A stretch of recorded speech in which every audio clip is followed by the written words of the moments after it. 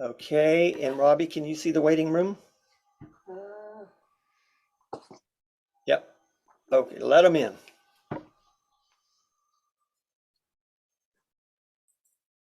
'86, counting down. A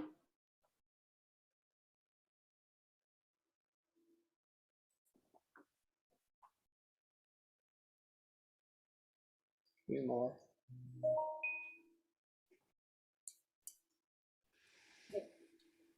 Well, holy moly, everybody. Here we are at the Flying by the Seat of Our Pants Bird Festival.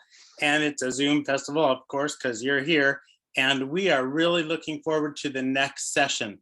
The next session is an amazing young lady. Her name is Sarah Killingsworth, and she's going to talk about about advanced bird photography for a couple hours. So I can't wait for all that. But I think we're going to learn a lot of things.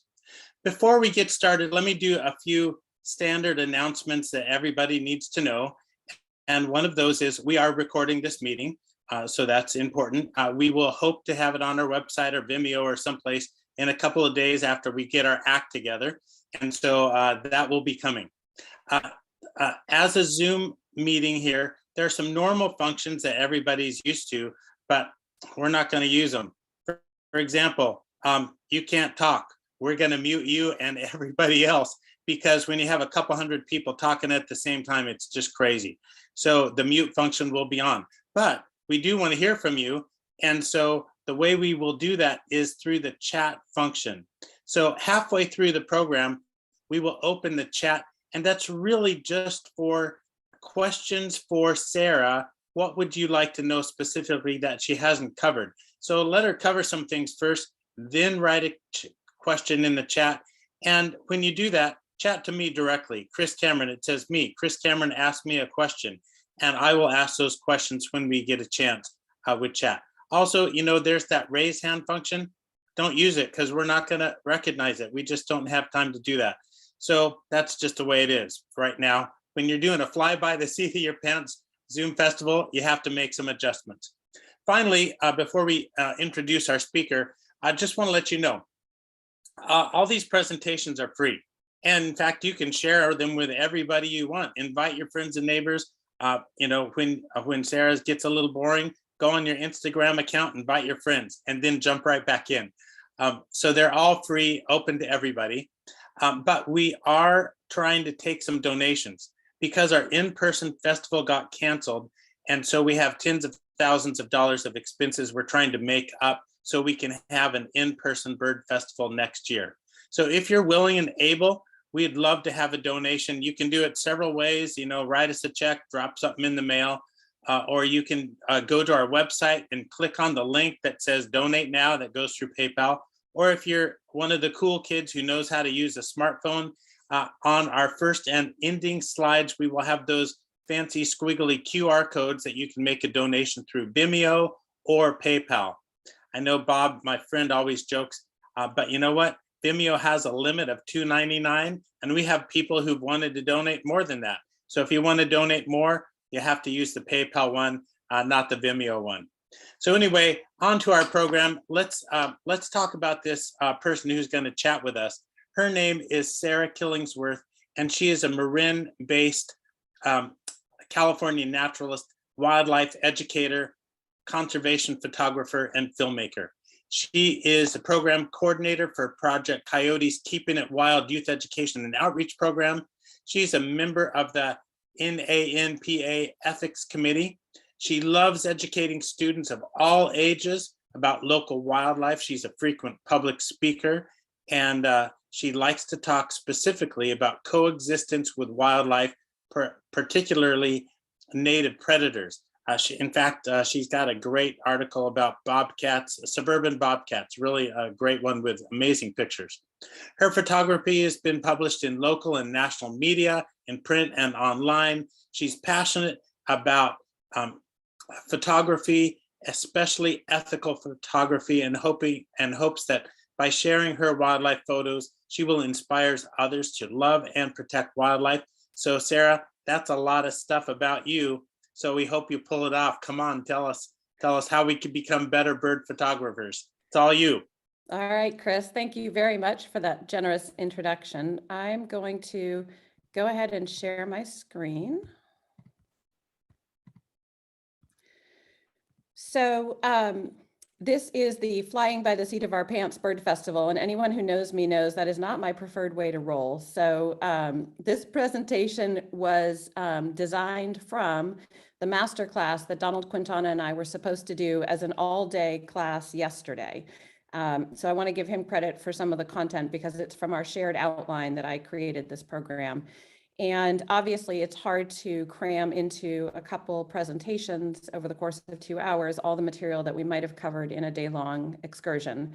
And we don't have the benefit of shooting photos together. But all that being said, I'm hopeful that I have some things to share that will be helpful for everybody. And I'm really interested in hearing your questions. There's probably a wide range of levels of experience of those of you joining us. So any question is a good question and I will answer them. And so let's get started. So I'm gonna skip through this. Chris already covered all of the background information about me. I am Northern California based, for those of you who are curious, in the San Francisco Bay Area. So the way I designed the talk for today, we have part 1 and then part 2. And part 1 is largely technical pieces of photography and mastering bird photography. And part 2 is more on the artistic and compositional side. But there's obviously going to be some overlap. So we'll jump right in.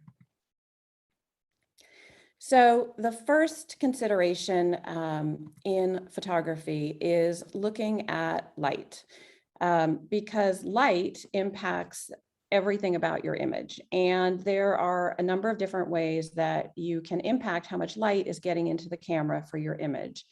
That includes shutter speed, it includes your aperture or f-stop, and it includes your ISO. There's also a consideration on the angle of light and how that impacts the quality of your image.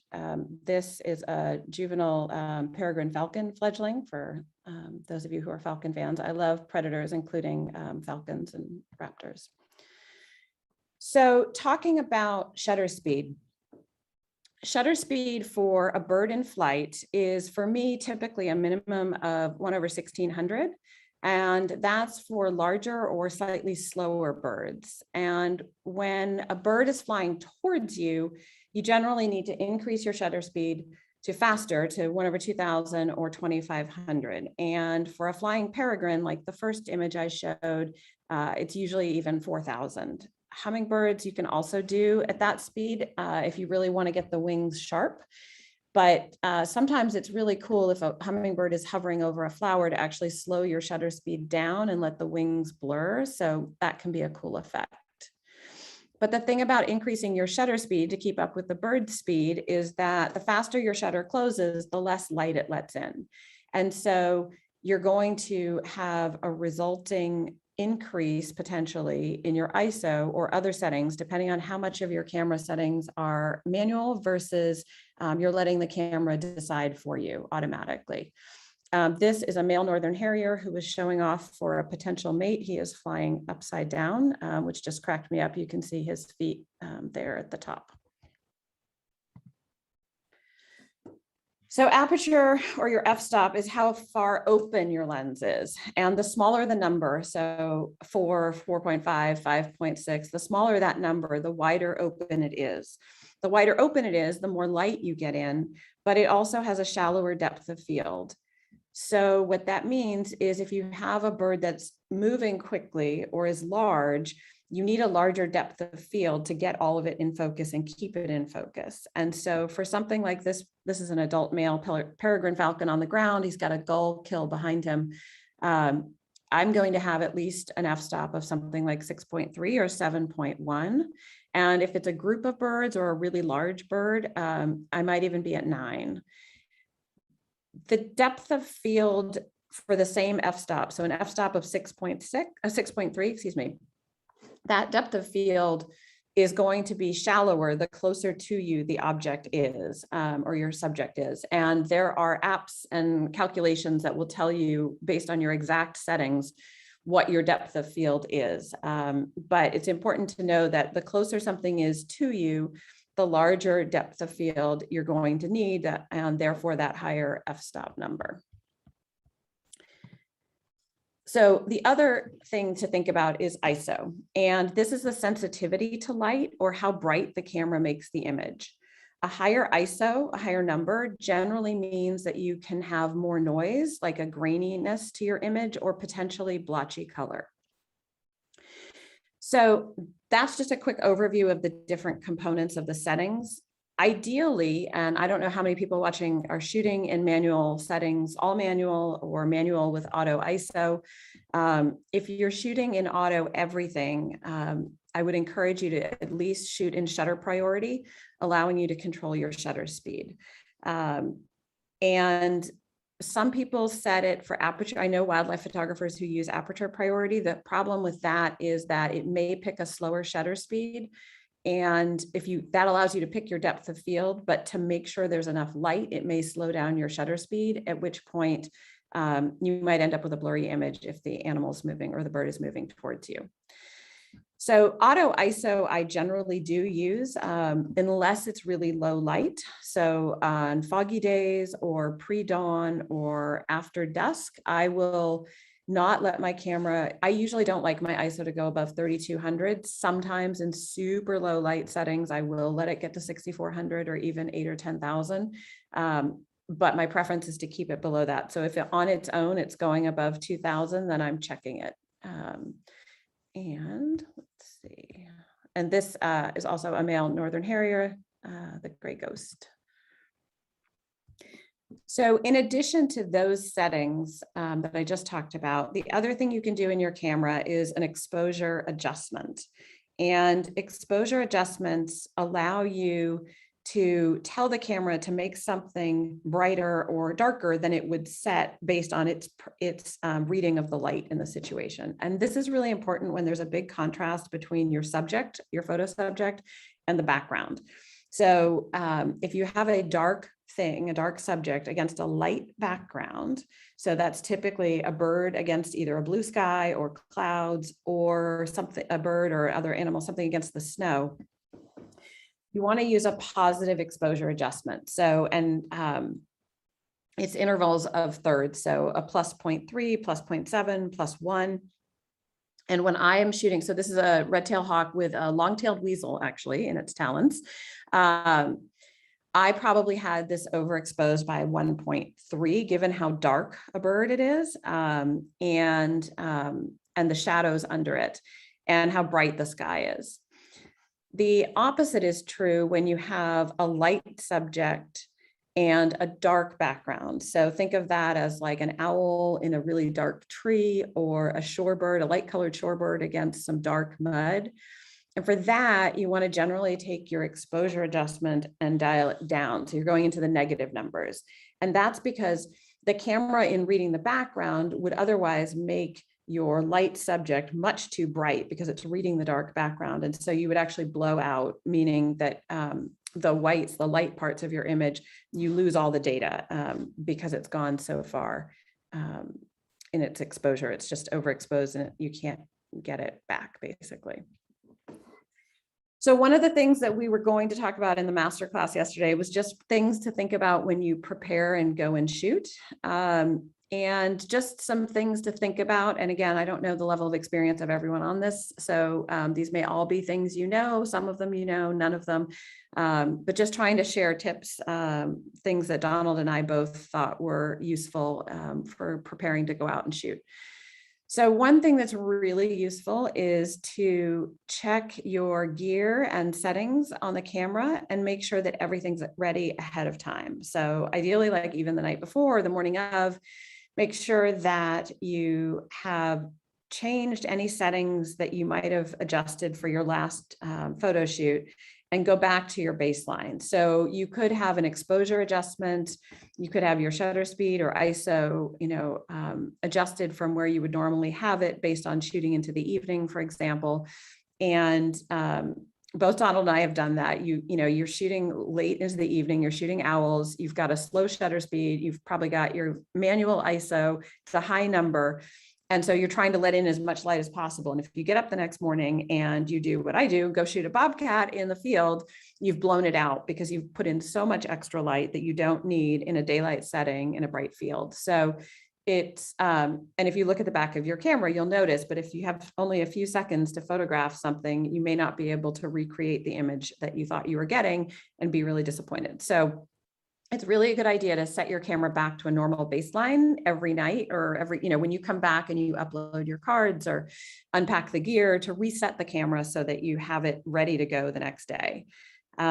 In case people are curious, my sort of usual settings, it does depend a little bit on what lens I have attached to the body, but typically the shutter speed is going to be 1/1600, an f-stop of 4.5 or 5.6, auto ISO, and I usually have an exposure adjustment of 0.3, so a positive exposure adjustment, and that's in part based on shooting with the Nikon that I shoot with. It does vary by camera how much exposure adjustment, if any, and what you're shooting. Another thing to think about in terms of post-processing your images is the format that your photos are being recorded in. So your camera has options, and you can record things as JPEGs or in a RAW format. And if you shoot in RAW, which I do, that maximizes the data that the camera is storing from that image, and it gives you the most flexibility in post-processing to correct for shadows, to bring down highlights, and to recover basically as much data as available in the image. You have a lot less flexibility if you're shooting as a JPEG. There's just less you can do in post-processing. So raw format files are larger, so you will fill your memory cards faster and take more space on your hard drive, but it's worth it in terms of what you can do with the images afterwards. It's always good to have extra batteries and memory cards. And when you're planning, when you're going out, it's a good idea to think about the best time of day to shoot in that particular location. That includes the angle of light, and some places are shaded by a hillside in either the morning or the afternoon. Some places get really harsh light in the middle of the day based on glare off the water or moisture in the air. And if you're going to shoot shorebirds, then looking at the tide schedule and getting a sense of when you're going to maximize your ability to get birds on the shore is also a good idea. I have to talk a little bit about ethics because it's really important to me that wildlife photographers are ethical in their approach to their subjects. So being ethical really is about having empathy for the wildlife that you're photographing. And we are all a disruption. Every time we go out into the field, as a human being, we are disrupting that ecosystem. And the goal is to do it as little as possible, to be a minimal disruption. And even with the best of intentions, everyone makes mistakes, but ideally we go out there with the intention of disturbing the subject as little as possible. I really encourage people to spend time observing wildlife before you take any photos. So getting a sense of animal or a bird's comfort level, of their behavior, of their patterns, can be really, really helpful. So that time that you spend observing can improve the quality of the photos you get, because you'll know more about what might happen next, and you'll be able to anticipate where you want to position yourself, how you want to position your camera, and get the best shots. It's also really helpful to use your car as a blind. If you're someplace where you can drive and take photographs, birds that are near roadways that are accustomed to cars going by are often far less skittish with a car slowing down than a person getting out of a car and walking towards them. The exception that I've found is kestrels. Kestrels are skittish if you slow your car down. They don't mind if you drive by, but it's amazing to me that they can sense right as you're braking and about to get to a stop where you could take a picture, they'll fly off. At least the ones up here do. So knowing how tolerant a particular species is also important, because you don't want to risk the health of the bird. So for example, this is a picture of a barn owl. It was hunting. It was a really foggy morning, and so it was surprisingly hunting during daylight hours. But barn owls generally are difficult to photograph because they're skittish and easily flushed. And if they're flushed, they can be taken by predators. In fact, I once saw photographers accidentally flush a barn owl, and a great horned owl swooped out of the tree, scooped it out of the sky, and took it back to the tree and ate it. So it really does create a risk for vulnerable species to flush them. So trying to just be really mindful of that, and also just mindful of signs of stress. So different species have different ways of showing us that they're uncomfortable with our presence. So I mentioned studying behavior, and it really does help to get a memorable shot if you know the kinds of behavior that the bird that you're photographing might engage in. It also, as I said, improves your ability to assess how much impact you're having on the bird, whether you're stressing it out, and if you are stressing it, that you need to back away or potentially even leave altogether. So if you can spend an hour reading up on the species, or my preference is actually always just to get out and watch, even from a further distance than I might photograph, but just to learn and see what the behavior patterns are, you can get some really good insights that way. And this image is, so it's the male peregrine falcon. He's just brought a kill back to, these are 3 fledglings. And if you photograph falcons, you know that as the fledglings are learning to fly and hunt on their own, the parents continue to bring food back, and they do these midair exchanges of the food. So they'll bring the food back, and if you have multiple fledglings, in this case there are 3, they're all competing to get that bird. And you can see down here the prey. So if you know that this is going to unfold, when you see one of the parents flying back with prey in its talons, you know the next thing that's going to happen is the fledglings, the ones that can fly, are going to zoom up and try and get it. And so you need to have your shutter speed up, and you need to have your depth of field large enough to cover a number of birds moving quickly through the air and try and get all of them in the frame. Which is, falcons are such a test of reflexes. It's really hard to do, but I do love watching them. So other things that you learn when you're watching a species are the signs of stress, as I mentioned. Owls tend to have signs like their eyes get bigger, they kind of widen them.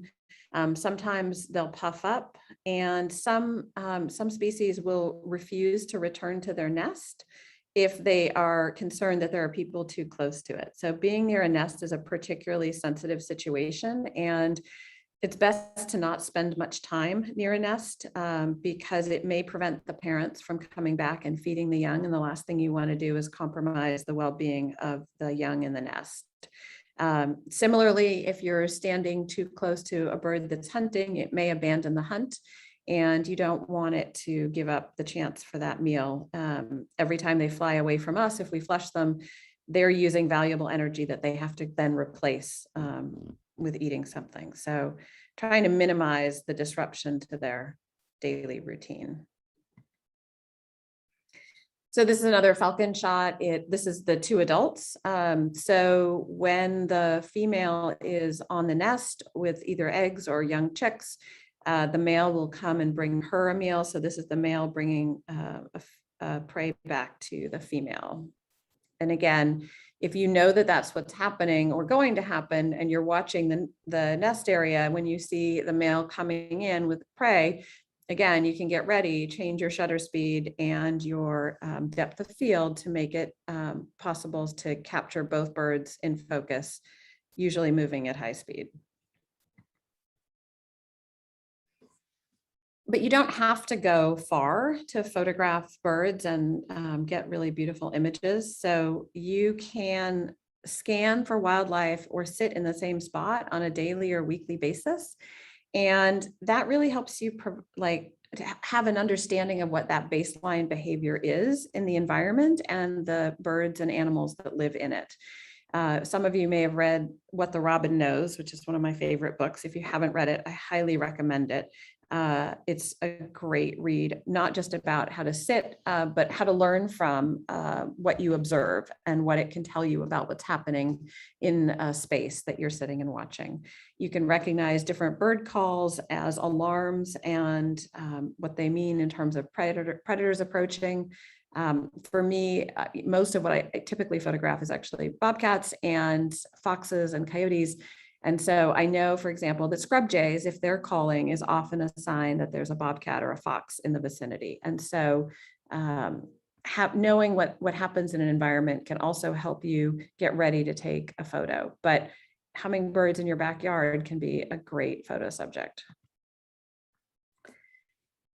So going back to preparing for a shoot, there's a couple things to note. There are some birds that return to the same perch after hunting. So in my experience, that's often phoebes, it's often owls. And territorial birds like hummingbirds typically have a favorite spot that they'll defend the territory from. And so again, if you sit and watch, you might see that every time the hummingbird zips around, it eventually goes back and lands on the top of the same bush. And that helps you if you want to get a photo of it taking off or coming in for a landing, or you want to get a portrait, you know, that's the spot that you then have to think about the light and the angle of the light in taking the image. And then there are certain behaviors like emptying the tank, so to speak, and pooping before they take off, and also taking off and landing into the wind that are generally true across species. So I'm not going to say every single time, every single bird, but very common. And so if you have a perched bird that empties the tank, it doesn't guarantee a takeoff, but it often is the thing that immediately proceeds a takeoff. So it's a good idea at that moment, if you've been, again, with a low shutter speed because you've got a stationary bird sitting on a perch, crank up the shutter speed and crank up your f-stop to get a little bit bigger depth of field so that when the bird takes off quickly and moves out of the focus area that you've been working on, you get a chance at getting it in focus as it takes off. It allows you to prepare for flight. And if you know that birds generally take off and land into the wind, it means that you would go and hope to have the wind at your back while you're facing the birds to maximize your chance of images of birds coming towards you, either coming in for a landing towards you or taking off towards you. So that's helpful in terms of setting up where you're going to position yourself. This is a great gray owl. It's on a perch, and after it hunted, returned to the same perch. So again, just good to know what species are more likely to do that, not necessarily guaranteed, but more likely. And then you can have your settings ready for that. Another component of images is the story. Is there a story behind the image, and is it necessary to have one? So things to think about when you're composing, and we'll get into this a little bit more in the next piece of this presentation, but what are you hoping to achieve with your image? And at a minimum, it would be evoking an emotional response from the viewer, and we'll talk about ways to do that. So this is a great blue heron with a gopher. Many people don't know that great blue herons eat gophers, not just fish and small amphibians and such things, but there are a lot of things about this story. So there's an emotion, there's a hunt, there's prey, obviously. There's the surprise factor potentially of a great blue heron with a gopher in its mouth. And then there's a further story about rodenticides and the fact that if you're poisoning that gopher, you're also poisoning great blue herons. And that can be part of a larger story about an ecosystem. Can also be part of a story about the number of different animals that eat gophers as their prey and what an important foundational food source they are.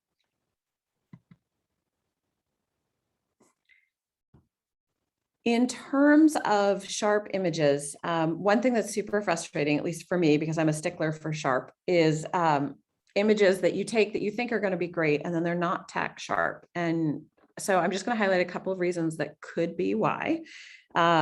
And then separately, camera or lens issues would be another reason to potentially have it checked out or sent into the manufacturer for a tune-up and repair. But some common reasons are the shutter speed was too slow. And when I started out photographing peregrines, this was definitely a problem I had. I did not realize how fast I had to have my shutter speed to get a zooming peregrine falcon, not even on a dive, just flying by. I had to up the shutter speed to really get it tack sharp. Another issue can be that if you're hand holding, that you're not holding your camera and lens steady. And so learning, there are different stances, learning how to hold so that you can brace your camera against your body, using a monopod or a tripod. And if you do that, that cue that a bird is about to take off is a good time to detach your camera from the tripod or the monopod so you can be hand holding it as the bird takes off and flies. And then the other thing that can be a problem is that the focal point for the autofocus was on something other than your subject. And you want the focal point obviously to be your subject. And generally the thing in the image that needs to be the sharpest is the eye of the subject. And so if your focal point is on something other than the eye of the subject, you may end up with an unsatisfying image. And autofocus, depending on what your settings are, can create that problem by being set to something that's the background by accident. And so two ways to try and prevent that from happening are to use a single focus point. And every manufacturer has a different name for the different focus points, but you can set it so that you have one focal point that you can move around within the image. And if you use that, you're more likely to have the camera focus on the thing you want it to be focused on, as opposed to some of the group or dynamic focal point choices, which are a grid. And then basically the camera picks from those different points in the grid, which might work out, but it also might not. And the other thing is back button focus. And again, this is where if we were in person, we would be looking at my camera and looking at other people's cameras and setting it up if you don't have it already. But back button focus is a way to separate focusing your camera from the shutter. And so you can push that button, focus it, and then if you move the camera slightly, either intentionally to slightly recompose the image or just by accident, you just aren't standing exactly the way you were. When you push the shutter, the camera is not refocusing on that focal point, because if you've moved, there's a chance that that little movement now has that focal point on the tree behind your subject as opposed to the subject. And so I really encourage everyone to use single focus points and back button focus.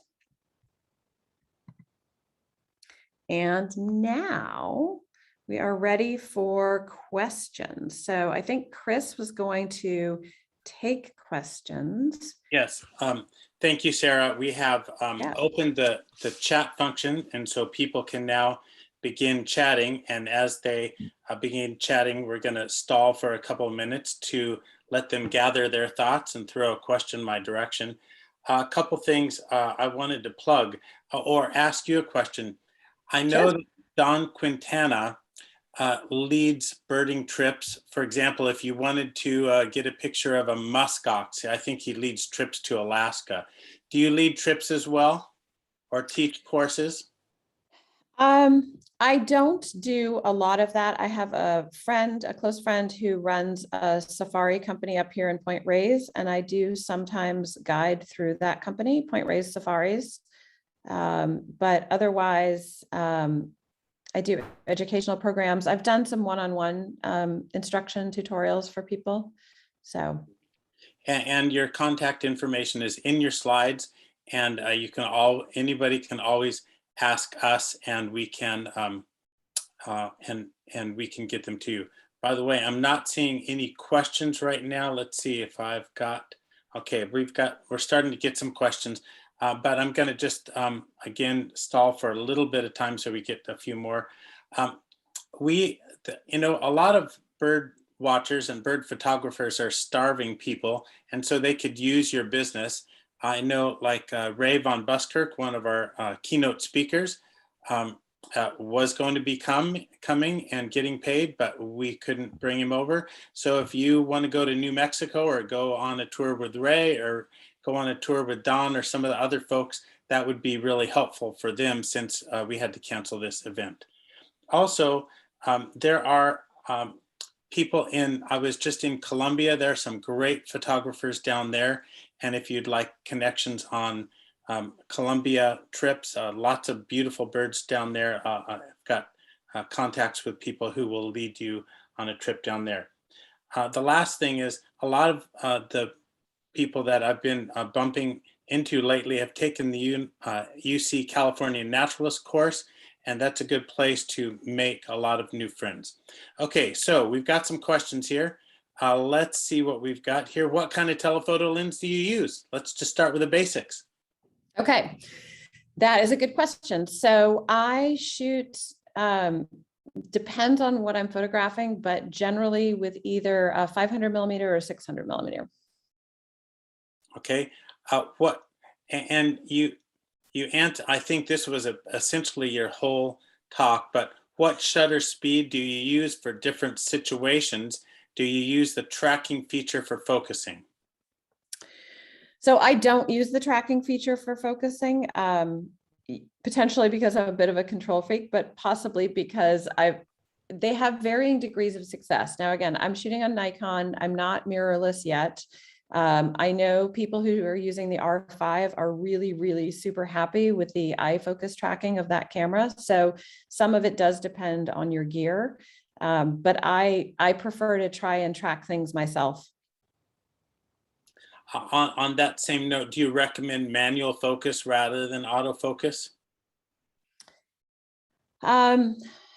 You know, it can be very hard to get it just right. So it depends on the circumstance. And if it's lower light or if your autofocus is struggling, sometimes manually, like going off of what you were focusing on and then coming back and manually focusing it and then pushing autofocus again will improve it. But my autofocus is pretty good. And if I've got it on a single point, so I can control where it's focusing, and I've separated the focus from the shutter with back button focus, I don't have a lot of issues with my autofocus not being in focus. There are ways to calibrate your autofocus to make sure it's working properly also.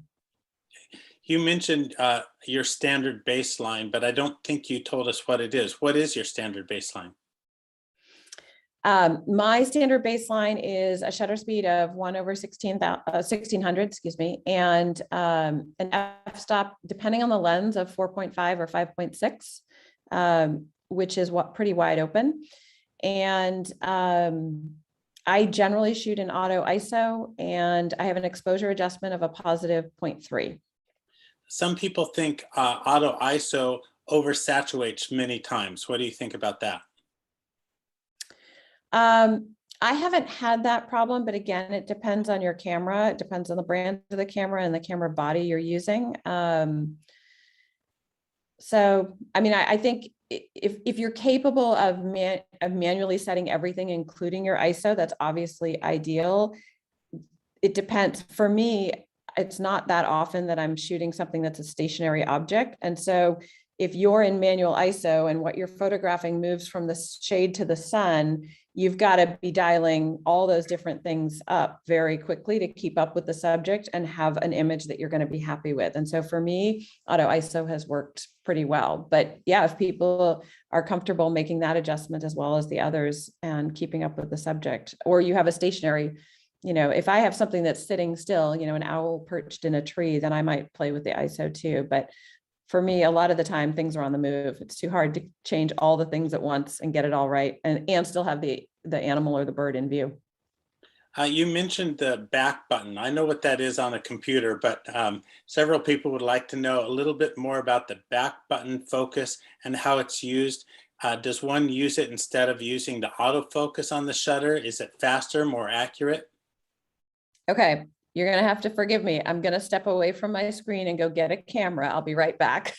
Okay, great. And are you guys enjoying this so far? This is my camera. If it's not on this, I don't know. I'm reading these questions because I don't know what any of these words mean, but I'm glad Sarah's here. Okay, what in the world is this back button situation? Okay, so the back of the camera, this is an icon, has something that says AF on right there. It's a button. And you can go into the menu. So this is a D850. You can go into the camera menu. And like I said, if we were in person, I would help people set this up, but sadly it's a little hard to do over Zoom. But if you go into the autofocus menu, there is a place where your choice is to have the shutter be on or off for the autofocus. And you want it actually to be off. Because basically What happens, the way most cameras are set up, the default is when you push the shutter, the camera does two things. It focuses the autofocus and it closes the shutter and takes the image. What you want to do is separate those two actions. So you use a different button, you program a different button to be the focus button so that you can choose when you're refocusing on something versus when you're depressing the shutter and actually taking the image.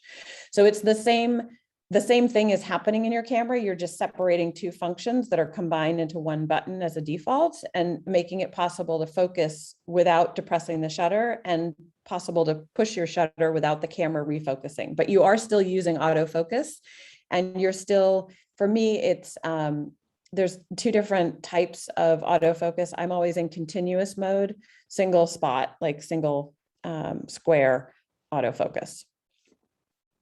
Okay, Carol shoots a Canon SX70 bridge camera and she is an Apple user. If you shoot in the RAW, do you have a special editing program? Yeah, so post-processing and editing is definitely that's like a whole other webinar, but I do use Lightroom. I use Lightroom Classic to edit all my images. Okay. Oh, I'm sorry, Chris, can I say one more thing? Yes, jump in. So the other thing about post-processing, some people use Photoshop for some elements of image processing. I don't at all, but people do. And the other thing is Topaz has come out with a variety of products that can do some pretty remarkable things to images that would previously have frankly just been garbage because they're slightly out of focus or they're super grainy because the ISO was so high. So Topaz Denoise is something that people use, and they've got a couple other products that can help if you have a little bit of camera shake and you want to try and make an image sharper. They have software that will do that as well. Good. Marco asked that question about Topaz AI, or are there any other similar programs to improve sharpness? I use the Topaz products. And again, I actually don't use them very often. I'm a bit of a perfectionist in the field, but every now and then I have an image that I really love that I wish had come out slightly crisper or slightly less noisy, and I'll run it through one of the Topaz programs. They do a great job. In post-processing, do you use the post-processing to decrease the negative effects of a high ISO? So the negative effects of a high ISO tend to be graininess or blotchy color. The way, so if you're in Lightroom, the way that you adjust for the graininess is, there's a couple different sliders, but basically you can slide something, basically it's smoothness is what you're doing. It's also called luminance in one of the places in Lightroom, but you're using the slider and it's almost like taking like a brush and like smoothing something over. So it starts to look a little bit more like a porcelain doll almost. You lose a little bit of the detail and you lose a little bit of the texture. So it depends what about the image is grainy, whether that really works in Lightroom. I've had images where the graininess was really in the background and it was a pretty dark background. And so you could, there's ways to apply brushes and do noise reduction only on the parts of the image that you've basically brushed over. And so you can, if you don't care about the detail or the texture of what's grainy, then you can kind of wipe it down a long ways. But if your subject is grainy, you're going to get to a point where it starts to look a little bit fake is really the only way I can describe it. Okay, we have a few people asking intermediate or beginner questions, and I'm going to pass on those questions since this is an advanced bird photography thing. I just want to plug, there's a nature photography group on the Central Coast, co-led by Don Quintana. It's a great way to meet people, find out where the birds are, and get some photo advice. So if you're a beginner and intermediate, check out the meetup website for the nature photography in the area. Hey, could you drop your slideshow? Could you unshare? And Stop then, sharing? Yeah, stop sharing. Then it's just me and you for a chit chat. Okay. It just feels a little more personal, you know? Some people are saying they really enjoy the presentation and are thankful for it. So thanks for that little plug. I have had good luck with manual ISO and aperture priority with autofocus, with sweet spot often at f5.6 and ISO 200 and reasonably good light to blur the background and focus for the bird. Any comments? No, I mean, as long as you've got enough light that it doesn't slow your shutter speed down, that's great. I mean, those are great settings. It's just if you're in a low light situation and you have a moving subject, the camera is going to slow your shutter speed down to let the light in, and you might end up with something that's out of focus or blurred. But otherwise, now if you've got enough light for it, it's great. I think your next session will get into this question a little bit more, a little bit deeper. But someone wants to know, excuse me, do you ever make images with slow motion of birds as an artistic expression? And I think you might address that next one, but maybe give us a little hint. Yes. Thank you. I do. That was a good little hint. Somebody says they use a Canon.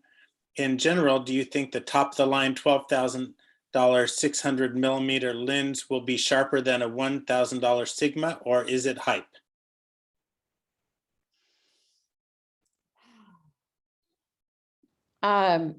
I will say that I think it generally will be sharper.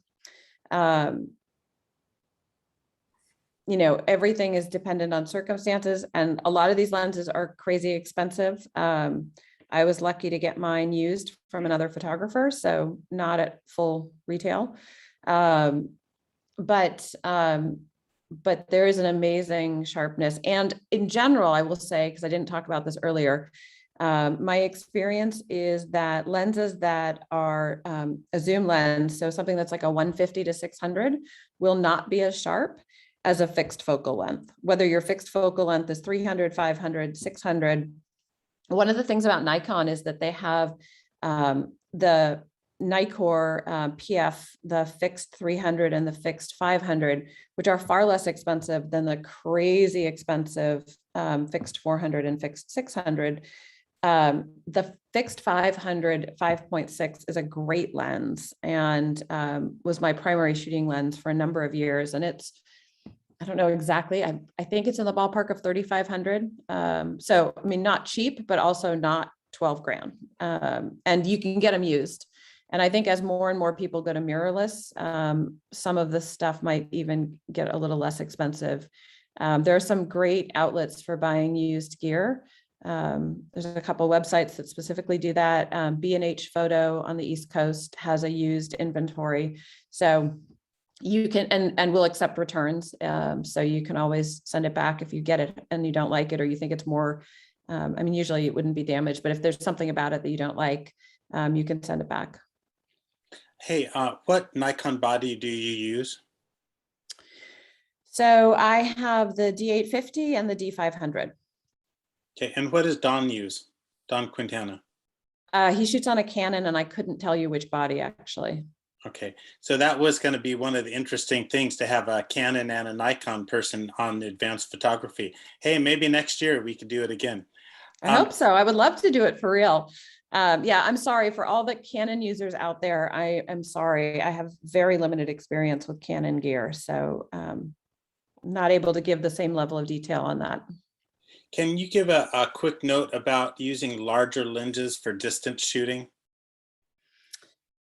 So I'm not sure if that's the aesthetic or the ethics of it. There's both. Do you have any more context for the question? That's it. That's the whole question. Okay. So, I mean, the reason I shoot with a long lens is because I like getting photos that appear close to the wildlife without actually being in their face and disturbing their behavior and activity. So it's preferable to have a long lens from that standpoint.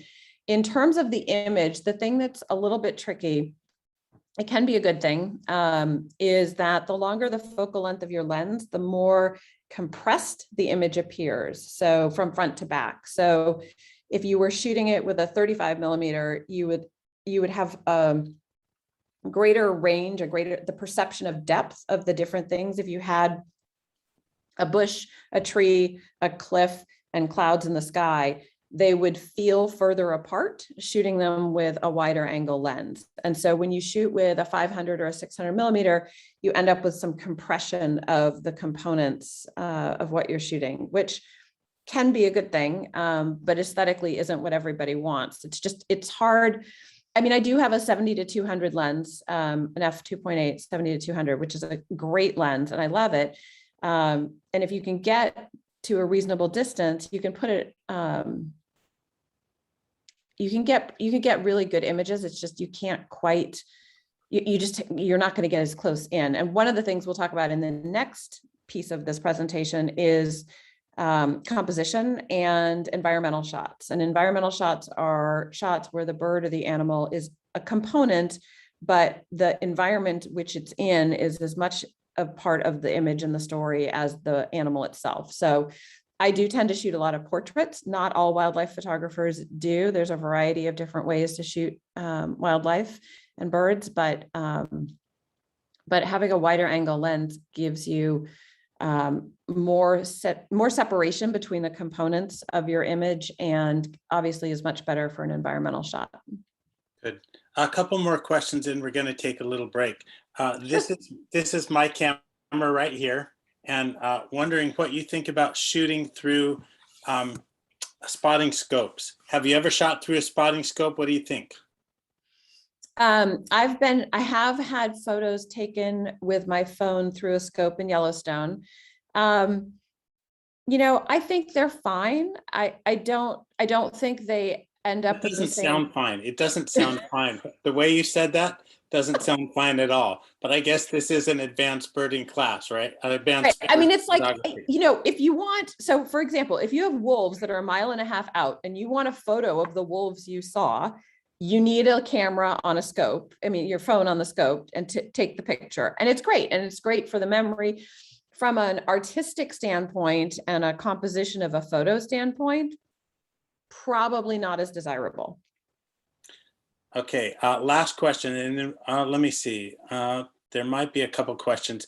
There's a couple questions on tripods. How often do you shoot with a tripod, or how about a monopod? What do you think about sling style harnesses? What about tripods with gimbal heads? So talk to us about tripods, monopods, and gimbal heads. Okay. So tripods, I don't use much. I use them if I'm in a really low light situation, and I use them. I also do filming. And so when I'm rolling video, I'm always generally on a tripod. So my tripod gets more use from filming than from photos. But if you're on a tripod for photos, then you absolutely want a gimbal head. They take a little getting used to, but they are an amazingly flexible and really stable head on a tripod. So I definitely recommend the gimbal heads. The monopod, some of it just depends on your ability to hand hold your camera. If you can hold it steady without, I prefer to be unencumbered without having anything attached to the camera or the lens.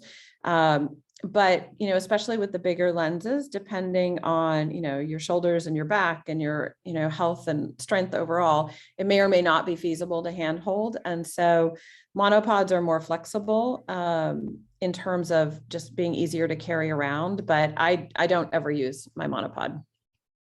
Okay. Was there another part of the, harnesses or slings? Slings, yeah. You know, it's funny, I actually don't have one. I keep debating whether I will get one. But I usually hand carry the big lens, and then if I have another body or another lens, it's usually in a backpack. So okay. No sling for me yet. Okay. Someone mentioned that Don is shooting with a Canon R5. Oh, that's right. Yeah. He's gone. That he mentioned, I forgot. He was up here recently, and we briefly were touching on that. He's part of the many people who are thrilled with the R5. If you're a Canon shooter, that's apparently on your most wanted list. They're pretty incredible cameras. Someone else chose the Canon 7D Mark II or III. over the more expensive Pro camera because it works well with things that move like birds and monkeys by taking up to 10 consecutive shots quickly. The disadvantage is it's not a full frame, so they must consider the crop factor when they are shooting. Any comments on that? Yeah, so it's the same issue that I have with Nikon between the D500 and the D850. The D500 is a crop sensor, so you're getting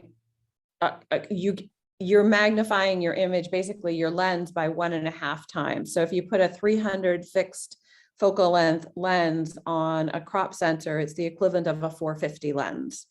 So you get closer, and you do often, you're able to capture faster focus, faster saving of the images. The file sizes tend to be smaller, and it's a little bit different quality than the full frame, but the full frame is a little bit slower.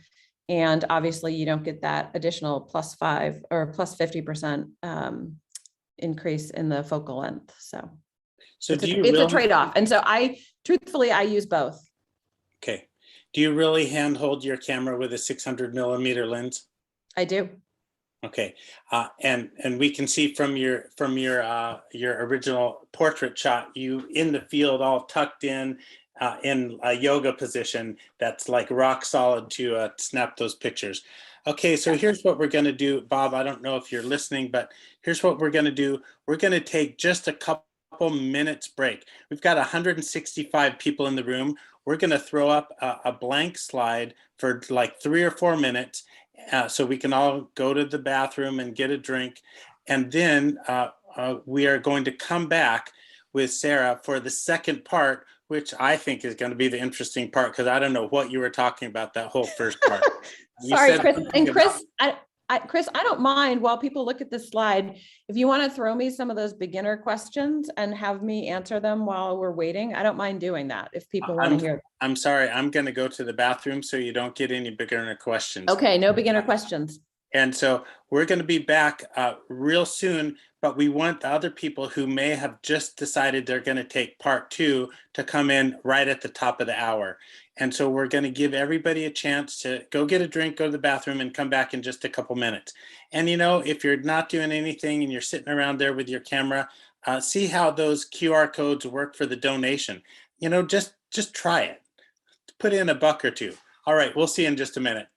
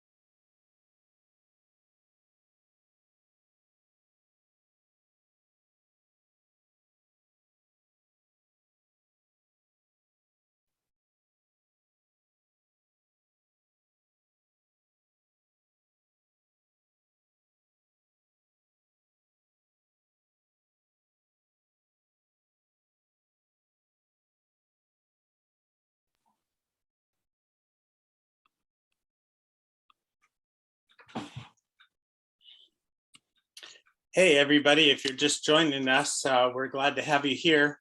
We're going to start up in just a couple of minutes. Last night I was eating peanut butter and celery, and my wife said, "You look like a caveman," which reminds me, some normal Zoom protocols is if you're going to go eat your lunch, and if you're not sharing with everybody, please turn off your screen so we don't have to want the pizza slice that you're eating, okay? So turn off your screen. We will be muting everybody, and so you won't be able to jump in and chit chat with us. And we will be opening the chat room so you can ask questions of Sarah towards the end of the program. So we are about to start session 2. I really enjoyed session 1, although I didn't really know much about what she was talking about because I'm not an advanced photographer, but I think I'm really going to enjoy this second half, which is a little bit more on the story and some creative and artistic aspects of photography. So that's going to be pretty cool. Again, you'll all be muted, and don't use a raise hand function because we're not going to recognize it. The chat function will be open towards the end of the program, so you can ask Sarah some questions. Feel free to type your questions in the chat, and then when they're open, we'll ask her the questions.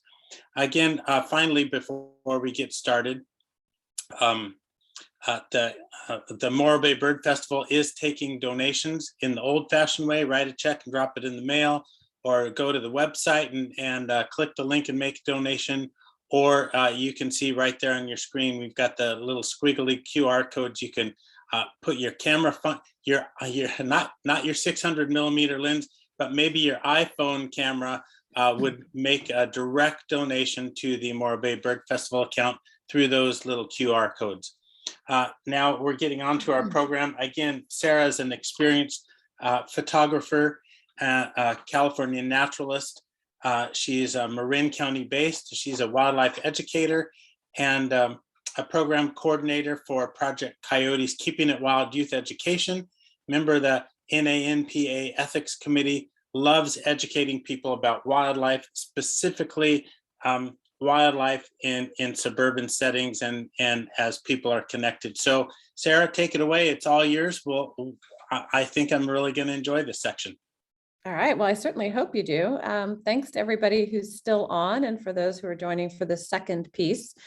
So as I said at the outset, this is a condensed version of the content that Don Quintana and I were going to do as an all-day long masterclass yesterday. So it's pretty jam-packed, and we'll take questions at the end. I've tried to just give an overview of the content. The second half of it is going to focus more on composition and some of the artistic pieces, whereas the first part was more on the technical aspect. So I'm going to go ahead and share my screen again, and we will get going. Okay, so part 2. There's our falcon again. You can tell I like falcons.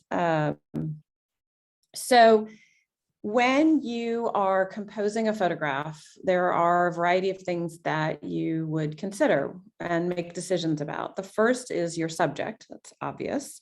But what is it that you're interested in capturing? Where is it located? And where is it in relation to the light source? So if you go out on a hike or a walk on the beach and you're looking around and you're deciding, oh, there's a flock of elegant terns on the beach and I'd like to photograph them, then the next consideration would be, where is the light source and where do you want to position yourself and your camera to get the best image of those terns? Generally, you want to position yourself between the sun and your subject so that your shadow is like, if you were a sundial, your shadow is pointing towards what you're photographing.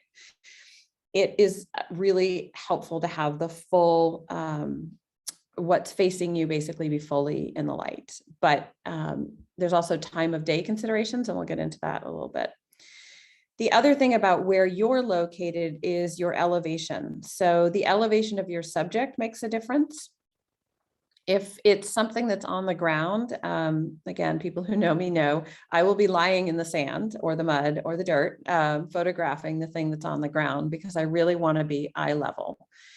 If you're taking pictures of a bird that's flying or perched in a tree, then standing is going to work just fine. But if you've got something that's on a low perch, you might want to have it on your tripod or handhold it, so that you're at the same eye level as it is. And if it's something on the ground, I really encourage you, if you can, physically, if you can get down on the ground, either lie down or sit down, kneel, but get as close to eye level as you can. So these next two photos are just to illustrate what happens with the angle of the light. So this is a red-tailed hawk. It was on a post. I took this picture from my car. You can see, looking at this image, that the light is coming from the right-hand side of the photograph. And so the left side of the bird in this image is in the shadow. And that's okay, but you just need to know that that's how a picture will turn out if you are photographing with the sun on one side of you or the other, that you will have half of the image in the shade. The alternative is to take an image with the sun behind you so that everything is receiving an equal amount of light from the sun. So this is a ridgeways rail, and you can see that there's no shadow in the bird other than under the feathers there on the right-hand side, but the whole face and neck and beak, all of that is fully illuminated because the sun was behind me and it turned its head, and so it's all in full light. Other decisions in composing a photograph are your location. So where are you in relation to your subject? Is it safe? Is it ethical? And are you impacting behavior? So safety, obviously, things like you don't want to stop your car in the middle of a busy road. You want to find a safe spot to pull over.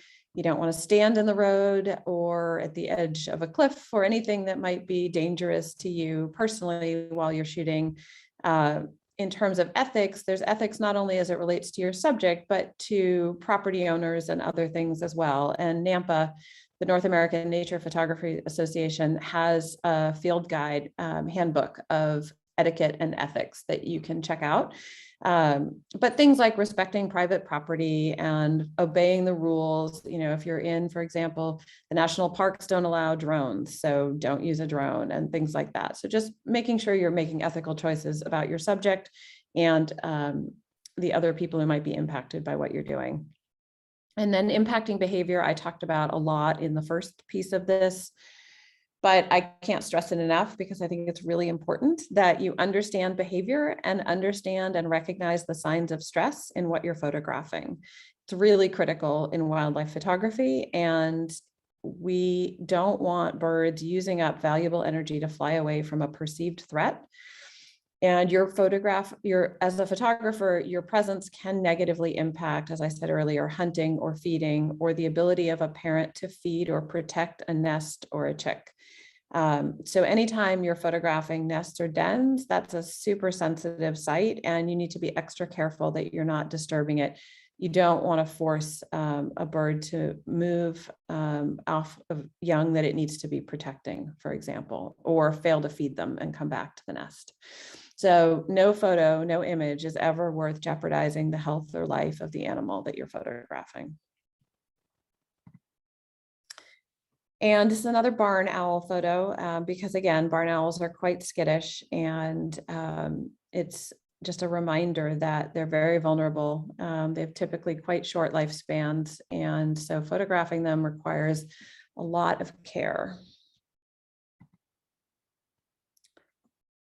Other decisions in composing a photograph. So the background and foreground, and this is where we're going to come back to aperture or the f-stop. So a photograph has more impact if the viewer's eye is drawn immediately to the subject of the photo. So you want attention. If you're taking a photograph of a swan, you want everybody's attention, the viewer, to look right at that swan right away when they look at the image. If you have things like bright spots or dark spots in either the background behind it or in front of it in the foreground, that's going to be really distracting to a viewer. Same with like a line running behind the head. So think of like a big branch behind it, or even the horizon line can be distracting, or a tree line. If it chops an animal or a bird in half, it creates just a disconnect, and it distracts from the subject itself. And that's one of those easy fixes. If you're taking a picture and you've got a bird that's stationary, you can look at the back of the camera and see, do you see any bright spots, dark spots, lines, a stick coming out of the back of the owl's head that you could move a little bit to the left, a little bit to the right, up or down, and try and get as clean a backdrop as possible without objects in front of your subject blocking it in the foreground. And that's really, for me, sometimes that's really hard to see through the viewfinder. It's much easier for whatever reason for me to see it when I look at the image on the back of the camera on the screen. So I encourage you to do that. It's also a really good way to test and look at your exposure. I didn't talk about histograms in the first section. If we have time at the end of this, we can talk about setting your camera up so you have a histogram and you can see how your exposure is doing when you take a first test shot and adjust accordingly. So going back to background and foreground, when your aperture is at wide open, the smallest number on your lens is wide open. That will create the shallowest depth of field. And that can create a really pleasing blur in the foreground and the background. But you have to make sure that you have enough of a depth of field to have at least the eye of the bird, and ideally the face, and potentially ideally the whole body, depending on the image you want, in focus. And so depending on the size of the bird, you may need to increase your f-stop from wide open to something else. And as you're doing that, you're increasing the area in the image that's going to be in focus, which will include more of the background and more of the foreground. And I will just touch on quickly, autofocus tends to work best when the lens is wide open as well, just because of how the sensors are situated in the camera. As you start to close your f-stop down, it actually can get to where it's blocking a little bit of the autofocus sensors. And so autofocus doesn't work quite as well, which is part of why I tend to shoot wide open or pretty close to wide open. So this, it was a Cooper's hawk was hunting on a fence post near a trail. You can see that the background is basically entirely creamy in this. That was grass, all dried grass that was glowing a little bit. This was at sunrise. And so by having a really shallow depth of field, you can see that the bird and the post that it's on are in focus, but the background is completely out of focus and the foreground is mostly out of focus. In an ideal world, there are a few pieces of grass in the bottom right corner I would have liked to have be more out of focus. But sometimes you get what you get. And I don't ever, nobody asked this, but I don't generally ever remove things from images. So I tend to, what I shoot is what I get. And so if there's a piece of grass or something else in front of the subject, it usually stays. I very rarely make edits that eliminate those kinds of things from the photo. So anyway, this is an example of a shallow depth of field that gives you a really creamy and non-distracting background for the subject. In contrast to this, so this is a yellow-crowned night heron. They are not normally in Northern California. I was super excited to go see one and photographed it, but you can tell looking at this image that it was in a really super busy bush, in this brush with all these sticks. And I did my best to try and darken the background and capture it in a way that your eye goes to the bird because it's the brightest thing in the image. But all those branches are clearly distracting and, not ideal, but so that's just an example of how to see the contrast between something that's really clearly isolated in space and something that's got a lot going on around it. So another decision in composing your photograph is your perspective or point of view and how you want to show your subject in the best possible way. And if you want to convey a sense of the world and that animal or that bird's, their experience of the world, if you will, it really helps to be at eye level. And so I mentioned, when that's something on the ground, that it means sitting down the ground or lying on the ground, ideally, so that you're really at eye level. This is a semi-palmated plover, and I was lying down when I took the picture. You can see there's a little strip of sand, even with the bird's leg, that's in focus. All the rest of the sand in front and behind is out of focus. There is another plover in the image that's not in focus, and that was intentional. If I had wanted to have both birds in focus, I would have had to increase my f-stop significantly because there's a pretty good distance between them. So at least f9 and possibly even 11.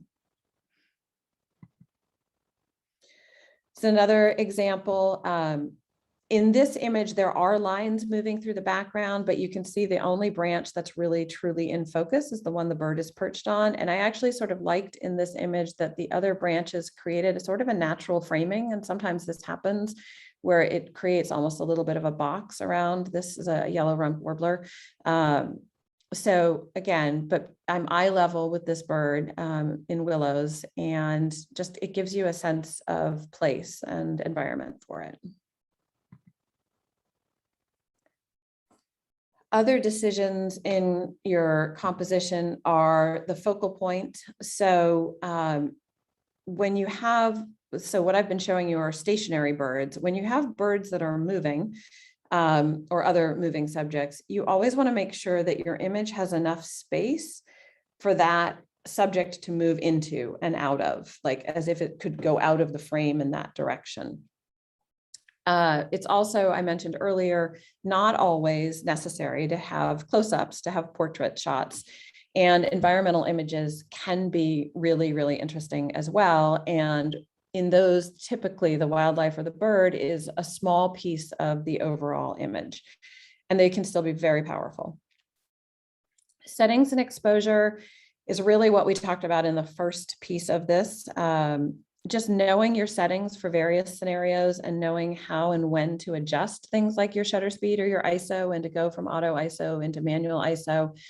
It really helps to get to the point where you know your camera well enough to make those adjustments on the fly, especially when you have birds and wildlife that are fast moving. So it takes a little bit of practice, but even in your backyard or the local park, just getting out there and practicing different shutter speeds, you know, something's, even if it's, you know, ravens and pigeons and scrub jays, going from perched to flying and coming back in and playing with depth of field, you know, with some quail on the ground or something.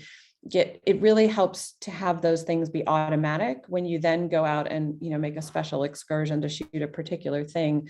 If the camera mechanics are already automatic for you, it's much, much easier to get an image that you're happy with, because you can focus on these creative pieces of it and be less focused on all the dials and the shutter speed and all that. So the first thing I mentioned was having space for a moving subject to go into. So you can see this duck is landing, and there's a diagonal line that runs through the image, which can be a powerful thing. It also has all this space on the right to come land into. So the trajectory of the bird is down into the bottom right corner, and that's where all the blank space is. So you want to have negative space when you have your subject is moving, whether it's flying or running, whatever. If it's moving, you want to have space for it to move into. This is an environmental shot. So this was taken in August of 2020. When we had a lot of wildfires in Northern California, and we had one day where we never saw the sun. The sky was some version of saffron, orange, haze, pretty much the entire day. It was described as apocalyptic. It was really, really bizarre, but this is the Tamales Bay. And so this body of water was reflecting the sky, and it's a flock of brown pelicans flying over the bay. So just an example of an interesting image that's an environmental shot, not just a portrait. Although I admit I do take a lot of portraits, but it's important to have the environment as part of the story if you're working on storytelling. So this slide and some of these next images go to something that Chris mentioned earlier as a question, which is a slow shutter speed. So we'll get into that as one option here. But once you've gotten comfortable with the basics of photography and composition, then you can start doing some things that are more challenging, but can be really fun to play with. So there are interesting ways to use light and show your subject in a different way. So for example, you can use a side light. And if the side light is dramatic, and it can create sort of a shadow effect that's very pleasing. And you can also do backlit images. So you end up with what's called rim lighting, where the outline of what you're shooting is lit up. And that happens when the sun is actually behind your subject. So the order would be the sun, subject, and then you. And basically that works best early and late in the day. So you want the sun low on the horizon. It won't work very well, bright overhead light. Same with side light. I tend to prefer that early or late in the day when it's a little bit of a softer light at a better angle, and not bright light from the middle of the day. Slow shutter speeds are a lot of fun, and they can definitely convey motion and a more artistic look and feel. So one of the things I did when we all got shut down in March of 2020 for COVID, I decided I really wanted to practice panning. So panning is a technique where you reduce your shutter speed quite a lot. So anywhere from 1/20th of a second, 1/50th, 1/60th, 1/80th, usually below 1/100th. And you basically, your focal point goes on the face or the eye of the subject. And as it's moving across space, you're taking your camera and moving with it. And so what happens is, if you do it correctly, and it takes a lot of practice and you get a lot of bad blurry photos, some of them are interesting from a creative standpoint, but you get a lot of photos that you probably will never use. But when you get one that's done correctly, it's really very cool, because the face of what you're photographing will be in focus, and you will have this sense of movement, of blur of the rest of the image. The background will be sort of like sliding, like almost like you're on a train and it's going by you. It's got that blur. And then if the legs of the bird or the wings of the bird were moving, then that will also be a blur, and it can be really, really beautiful. So it takes a lot of shots to get some good ones, but it's really a lot of fun to do. So I encourage people to practice doing that. If you do decide you want to try and try panning, some of the tutorials, things you can read online, they suggest starting with something really big like cars to practice with. I started practicing with bicyclists on a bike path, and then I moved on to my son on a scooter, and then mammals like bobcats and coyotes. And then last I moved on to small birds, which I'll show you in a minute. One of the slides coming up is a bird panning shot that I did. Another one on the lighting that I forgot to mention, I just skipped over, is silhouettes. So a silhouette is generally going to be a dark subject with a light sky behind it. And rather than doing the intentional overexposure to make the dark subject clear and bring up the shadows so it's visible, you actually do the opposite. You either don't up the exposure adjustment at all, or sometimes you actually drop it down negative, so that you really black out that subject and get just a really crisp outline of what you're photographing without the detail in it. So it's a flip of what you would normally do.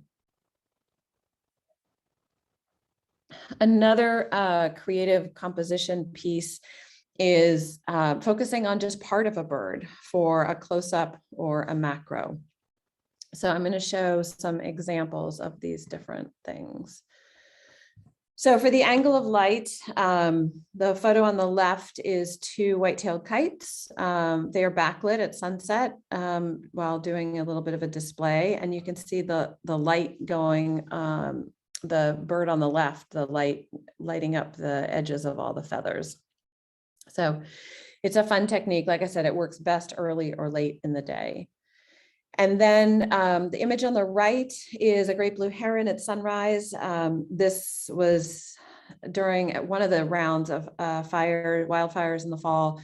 And so the sunrise was particularly orange that day, and it's being reflected in this body of water. And so, and this is where composition and where you position yourself comes into play. So this particular morning when I got to the body of water and I saw that the sky was reflecting, I set myself up, aimed at this part of the water because I really liked the colors in it, and just waited for a bird to come into it. So I didn't know what, and I didn't know if there would be anything to photograph in it, but I really loved the context. And so was hoping that I would be lucky enough to have something fly in. And as it happens, this great blue heron did come in and then walked the shoreline there for a little bit. So pre-visualizing what you want when you go to a location and deciding what you like about either the light or the backdrop.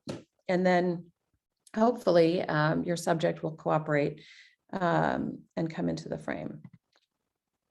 Now, this is a silhouette. It's a swallow under a dock. And I just, again, it's a totally different look, but you get to where you don't want any detail in this bird's body. You want it to be completely blacked out. And here's the panning shot. So this is a Western snowy plover. And you can see that the eye and the beak are in focus. And then the legs are slightly blurred from motion, and the sand behind it has a little bit of a streakiness to it from the movement. So let's see. And then the other thing from a creative standpoint is the macro or the close-ups. So obviously a mallard, and I just really liked the iridescence and the feathers on the head and the drops of water. And, you know, just taking that one aspect of the bird can be pretty fun. This is another one. This is a raven's chest. And so really see the detail and the texture of the feathers and the coloration, the blues and the purples and the aqua that are part of those raven feathers. I have here some of the other webinars I've done. People can check out, and they're also all on my website. And I'm going to go to the next slide, which says questions, but I think what I'm going to do before I take questions is just also for people who are looking to learn more about composition or about tech specs and just, you know, specifications and gear. There's a ton of great information online. So Creative Live is a website that has a number of top photographers who do online courses that you can watch at whatever pace you want. And like Franz Lanting and Tom Engelson, and you can learn a lot about composition and sort of the artistic side watching those. You can pay by the class, it's not very much, or you can do an annual pass that I think is less than $200, and then you have access to their full library. They have all kinds of classes you can look at, but I particularly like the photography ones. It's something that I did years ago when I was first starting out and really found it valuable. If you shoot Nikon, there's a guy named Steve Perry who has something called Backcountry Gallery, and he does these amazing PDF books about everything you could ever want to know in operating a Nikon camera, in wildlife photography particularly. And so he's got one on bird photography.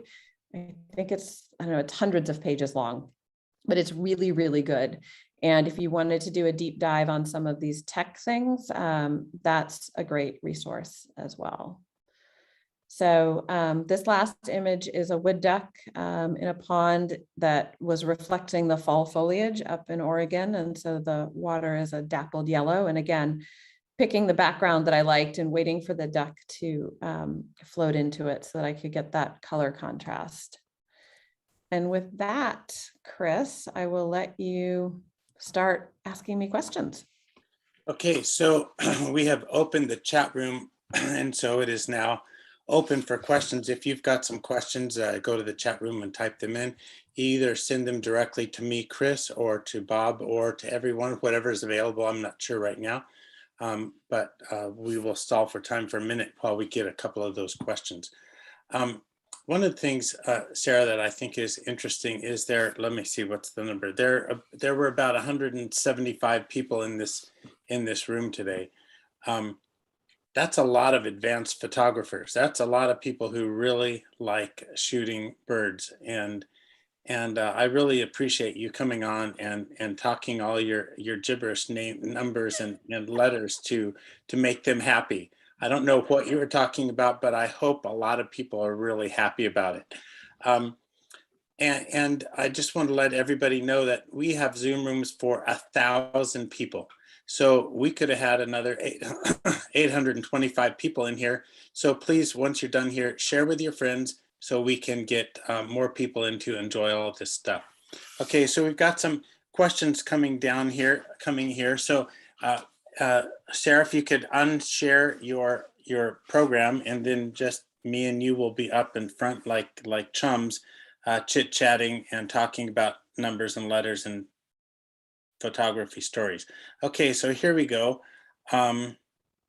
Somebody said Scott Perry is awesome. High Gallery is highly recommended. Backcountrygallery.com. And then, okay, so now Sarah, I've got 100 million pictures, and now what do I do with these? How do I submit my photos for other people to enjoy? Magazines, newsletters, Flickr. What do I do with all these beautiful, amazing shots? Wow, that is a great question. And I think it's a question that every aspiring advanced photographer probably reckons with. So there's a lot of different things you can do with your images. Obviously, there's social media, and you can share images on social media. There's websites. So a lot of photographers have websites and sell prints and other things on their website. Some people have Etsy stores where they sell things, t-shirts, tote bags, pillows, whatever, with their photographs on them. But separate from all of that, there are a number of nonprofits. So I got into conservation photography because I wanted to give back to all these species that I was getting something out of the communion I had with them when I went out to take photos. And I wanted to help protect them and to ensure that they had ecosystems to live in that humans sometimes make difficult, really. So I've teamed up with several different nonprofits and allow them to use my images in their materials. So, and I know Don Quintana does the same thing.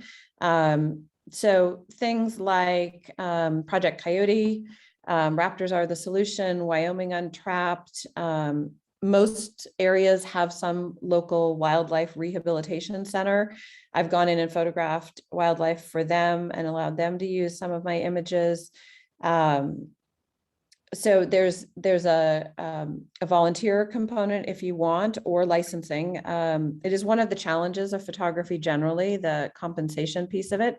It requires an enormous investment of time and gear, as people have previously noted, to really get quality images. And it is still hard to get paid very much for those images, generally in publications or licensing fees. So that's just an issue, but there's lots of good work you can do. I started doing classroom presentations. In California, the second grade curriculum includes owls.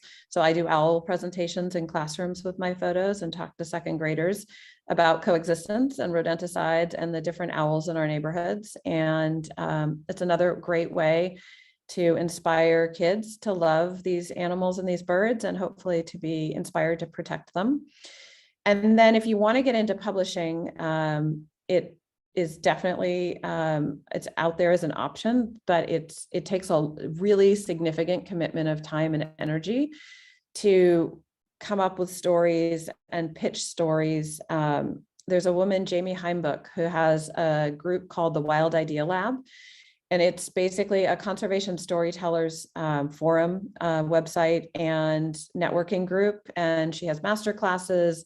And she also has something called the Conservation Storytellers Academy, which has classes like Conservation Photography 101, which teaches you how to pitch stories. I took that class actually in February of 2020.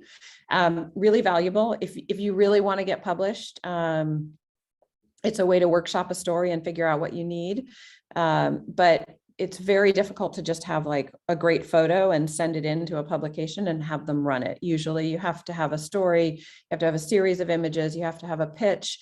And even then, communicating with editors is challenging. They're flooded with pitches. And so being one that gets their attention and gets a response, and then past that even gets published, takes an enormous investment of time and energy. So I think it's totally worthwhile. It's something that I spend a lot of time and energy doing, but it's not easy. Can you just give us a review of the process for getting your suburban bobcat story in and how that went. Maybe just tell us a little story about, I know bobcats are your love, and you've got some great photos. And how did you get that story in, and where did it end up, and how long did it take? Just help us be a little realistic about that. Totally. That's something I'd be happy to do. So yes, bobcats are my particular passion project, and suburban bobcats were a project that I spent several years photographing, mother cat and her kittens over a couple of years. And so when I took the Conservation Photography 101 class, part of that class is workshopping a story. And so because I had multiple years of images for these suburban bobcats, I decided that was the story I was going to workshop in this class. And so I wrote the pitch and organized the gallery of images in February of 2020, and then spent 6 months refining the pitch and started pitching it to publications in August of 2020. And in November of 2020, had a commitment from Bay Nature Magazine, which is a regional magazine here in Northern California, that they wanted to publish the piece. And went into, so it's a 6-image photo essay that I wrote the captions for. And it was published in March of 2021 is when it came out. It was the spring issue of 2021. So I think I had the piece written and submitted in like late January of 2021. So basically 2 years of shooting the project, and a year from when I started, more than a year from when I started drafting it as an idea to when it actually got published. Kind of a personal question, but reality, did you get paid for it? Because I want to know if that's a way I should plan to fund my retirement. Yes and no. Yes, I did get paid for it. No, it will not fund your retirement. Okay, I just needed to know if I needed to get a big lens. Someone had another ethical question, and that is using a flash. Do you ever use flash in your photography? Is that a problem like with hummingbirds, or what's your thought on flash? That's a really great question. And actually it reminds me, there's a different ethical piece that I could touch on as well. I don't ever use a flash. I think I'm pretty far to one end of my desire to minimize disruptions. And so a lot of people, especially people who shoot macro, use filler flashes and other things to try and impact the light in the image. I don't. You run the risk, depending on what you're shooting, you run the risk of blinding the subject if it's a very bright flash aimed directly at it, or if it's, flashes at night are not a good idea for those animals because it's going to impact their vision.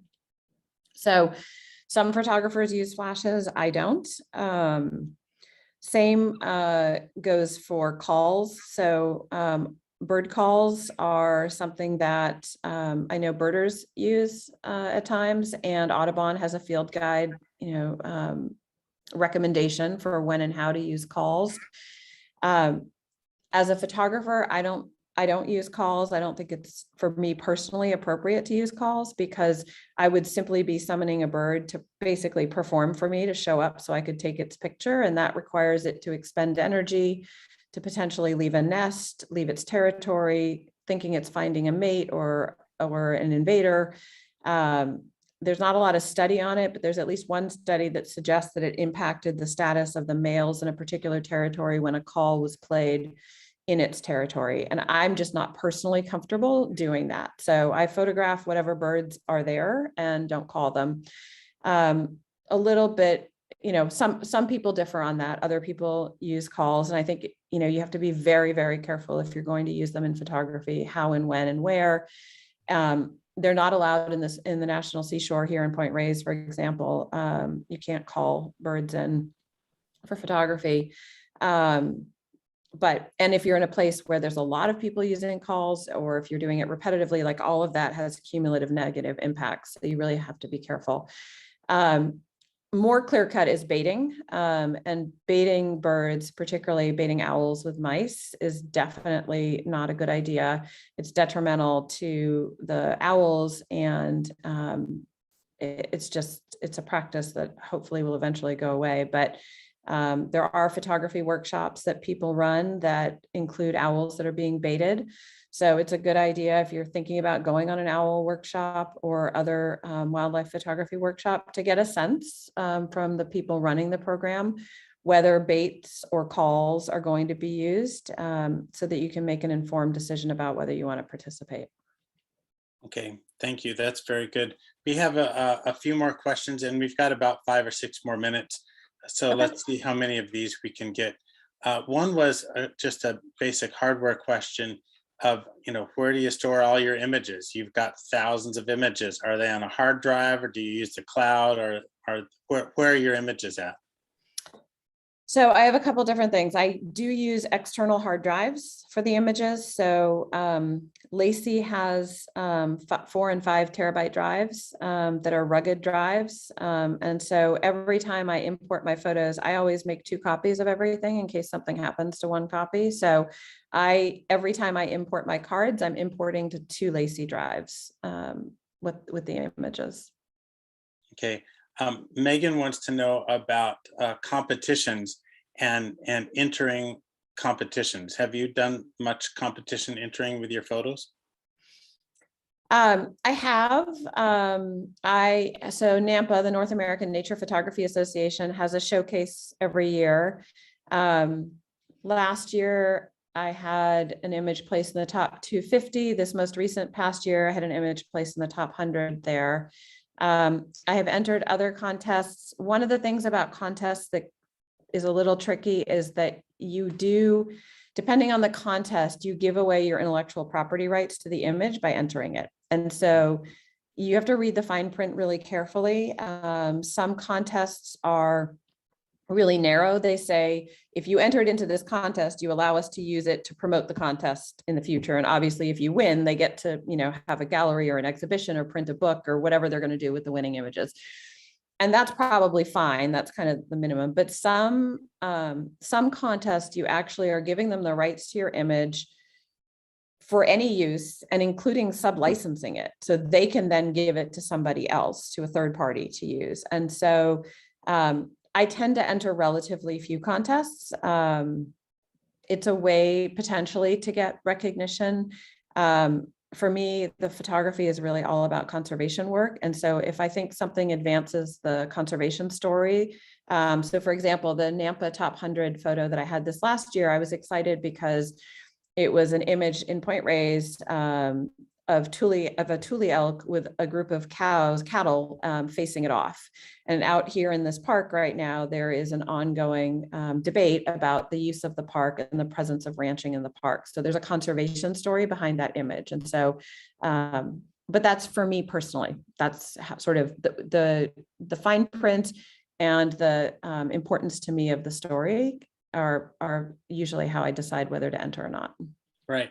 I think you brought up a couple of important points about licensing and use of licenses. Can you comment on copywriting photos? So copywriting, like with the federal, the actual copyright registry? I don't know. Sometimes I see photos with a little signature at the bottom line that says copyright by Sarah. Oh yeah. Copywriting Yes. your photo, or what do you call it when you put the letters on top of a photo? I forget. So it is called, and I'm going to show mine. It is called a watermark. So if you look at this wood duck in the bottom right corner, it's my watermark. That's the copyright symbol and my name. So that is, if you are exporting an image from Lightroom, which is how I do it, when you export, there's a whole menu of things, and one of them is a drop-down menu for watermarks, and you can create and add a watermark when you export it. So then when you have a JPEG file that you want to use for social media, you can put it on as you export it. It's being put on automatically. You can also set up your camera to record the copyright and your name on every image in the data, basically in the image. So usually on my images, the title of every image is my first name, last name, and then a file number. I have a watermark on the image, and then the original data from the camera also always has my copyright in it. I guess that's important. So if you saw one of your photos of a bobcat as a giant billboard over Marin, you'd say, do I want to go after that or not? Because you'd have to follow those copyright things or something, right? Yeah, and so there is a copyright registry. I have done that federal process. I don't always do, I haven't done it for all my images. I have done it for a lot of them, especially the ones on my website I have. But it is good to have a watermark even for social media. So I've had images lifted from Instagram and used by other people, not crediting, not the sort of resharing so-and-so's with my, Instagram at SK Wildlife Photos, but somebody else just posting it as if it was their image.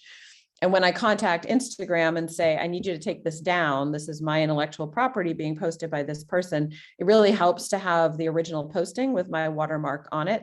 And usually when people are doing that, it's hard. I try and make it so that it's hard to cut the watermark out and not impact the image. So usually at least part of my name is still in the image that they've used. So yeah, it's a good thing. And then yes, if somebody uses it, you can also, you can send a cease and desist letter, or you can send them a request for a licensing fee after the fact. And I've done that too. I've had people run my photo and then send them a letter and say, you didn't have a licensing agreement. I'd like you to pay a licensing fee for the use. Wow. Well, this was very, very educational, Sarah. I don't know how we can thank you. This was supposed to be a master class for what, 15 or 20 people. And instead you made a provision so 175 people can learn from you, and we really appreciate that. So thanks very much. We're going to say goodbye to you as we put up our closing slide. And this closing slide, again, is an opportunity to make donations. And it also is announcing our next program.